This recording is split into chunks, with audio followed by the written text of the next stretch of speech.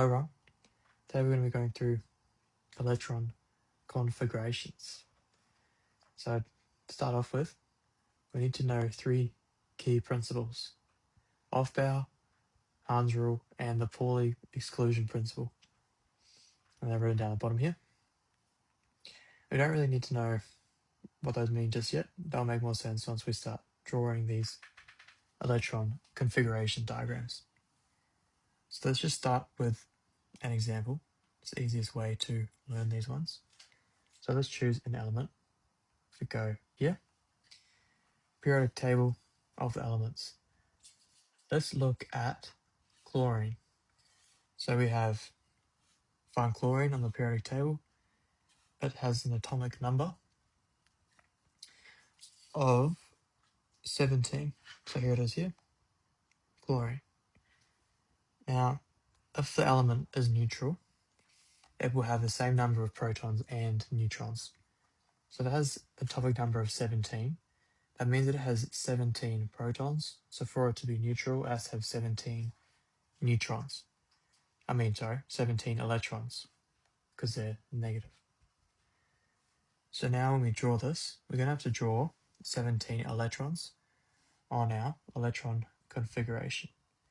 So we're looking at Cl here, chlorine, all right? And if it's neutral, it has 17 electrons and 17 protons. So the way we draw them, we start with the lowest energy first. So that's what the Aufbau principle states. Electrons for the lowest energy orbitals first. And 1s is the lowest energy level. So we can go from here. That's 1 electron. 2 electrons. 3, 4. Now, when we get to P, we do it like this. 5, 6, 7. And that is Hans rule. When we draw it like that, what we just did is we said that electrons occupy orbitals singly before pairing with parallel spins. So that's what we did there. So we've got, we count the electrons now, 1, 2, 3, 4, 5, 6, 7, 8, 9, 10. Okay. And then we need 17, so do 7 more. 10, 11, 12, 13, 14, 15, 16, 17. So what we've just drawn there is the electron orbital diagram for chlorine. Okay, so we talked about Aufbau and Hans rule.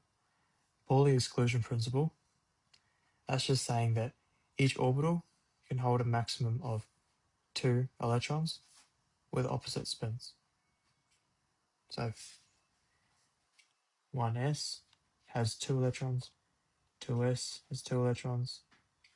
Each one of these p orbitals has 2 electrons as well. Okay, that's what Pauli exclusion principle is. It helps to memorize these because a typical multiple choice question will ask you the definitions for either of these principles and rules. So that's chlorine. Chlorine has 17 electrons. Now, another way we can write that, instead of having to draw this whole diagram every time, is we can write like this. So the configuration for chlorine is 1, I'll use it different, as 1 S2,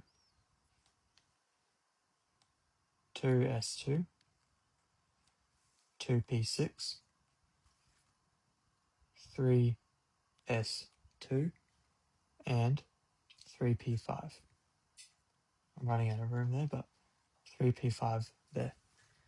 And that is just basically saying our different orbitals on the left here. So that equals the configuration for chlorine. equals chlorine electron configuration. Now you can also do the condensed electron configuration as well. So the condensed electron configuration, we go from the closest noble gas. So let's go back to the periodic table. Chlorine is there on the periodic table, chlorine 17. We can see that the closest noble gas is neon. So remember, noble gases are in the final column on the right. All of these pink ones here are noble gases. So neon is our closest noble gas. So the condensed electron configuration for chlorine, we write it like this. Go neon, and then 3s2, 3p5. So that's the condensed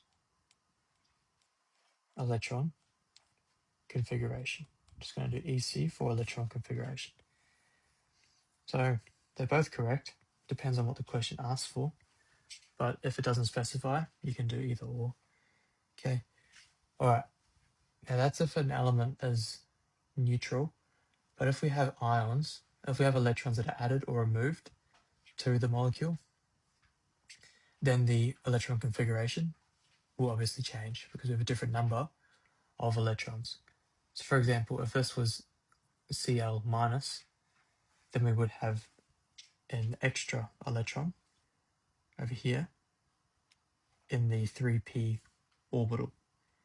And that would mean it would be 3p6 instead of 3p5 in our electron configuration. Also the same if the opposite was true. If we had Cl plus 1, then we have one less electron, and we have 3p4 instead of 3p5. Okay. All right, so that is a quick summary of electron configurations. We'll go through some more examples in future videos.